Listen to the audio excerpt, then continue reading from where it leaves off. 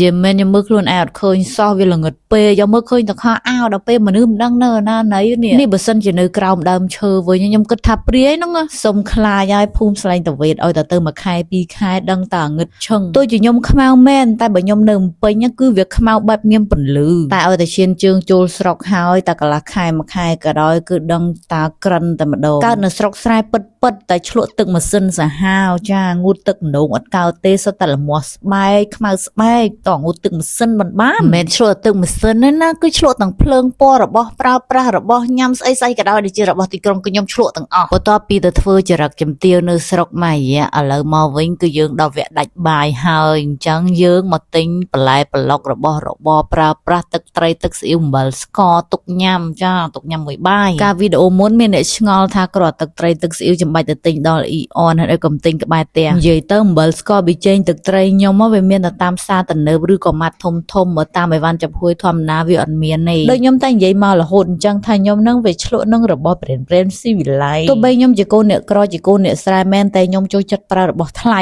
ចាតថ្លៃមិនប្រើមិនថ្លៃមិនខ្ចីប្រើខ្ញុំចូលចិត្តចាយលុយចាយតអស់ពីខ្លួនអត់ហ៊ានទុកទេតែមានលុយនឹងខ្លួនគឺខ្ញុំនឹងរសាប់រសល់ដេកអត់លក់បកមិនហើយអញ្ចឹងតចាយអស់អញ្ចឹងយើងទិញរបស់ថ្លៃទៅវាចាប់អស់យ៉ាងទៀតមិនដឹងទុកលុយធ្វើអីទេនាំមកគេខ្ចីហ្នឹងលុយយើងខំរោចង់ងាប់ឲ្យគេខ្ចីងាយមិនមកខ្ចីហើយវាមិនសងតដែរហ្នឹងអារឿងលុយនេះមួយយើងឲ្យគេខ្ចីដូចយកលុយទៅទិញសត្រូវអញ្ចឹងលុយយើងជាអ្នករោយើងត្រូវតែចាយស្បាយដោយខ្លួនឯងកុំឲ្យមីណាវាចាយជំនួសយើងយ៉ាងអត់ប្រយោជន៍ទេមួយរយៈហ្នឹងខ្ញុំមិនដឹងថាកើតអីឲ្យឃ្លានតែស៊ូស៊ីរហូតតាំងតែពីដើមមកខ្ញុំអត់ចូលចិត្តញ៉ាំតអសោះតែមួយរយៈហ្នឹងវាដូចចម្លែកគឺឃ្លានរហូតញ៉ាំយ៉ាងណាក៏នៅតែឃ្លានដែរសង្ស័យតែទងន់ហ្មងតិចទៅផើមជាមួយអាណាដឹងខ្លួននៅអើយតិច9ខែ10ថ្ងៃកូនកើតមករោមុខឪឲ្យកូនអត់ឃើញចប់ប្រហើយតែមិនអីត្រឹមឪឲ្យកូនរោមឃើញអត់ទៅមើលតាណាតំណងមុខសំធ្វើជាកូនឪដេញចាប់ហើយយំហ្មងក្រោយពីញ៉ាំអីឆ្អែតទិញអីវ៉ាន់រួចអស់ហើយយើងយកអីវ៉ាន់ទៅដាក់ផ្ទះឥឡូវយើងចេញមករោទិញតរៀនញ៉ាំម្ដងសំខាន់តែ2នាក់ឯណាស៊ីតរៀនម្ដងជិត10គីឡូ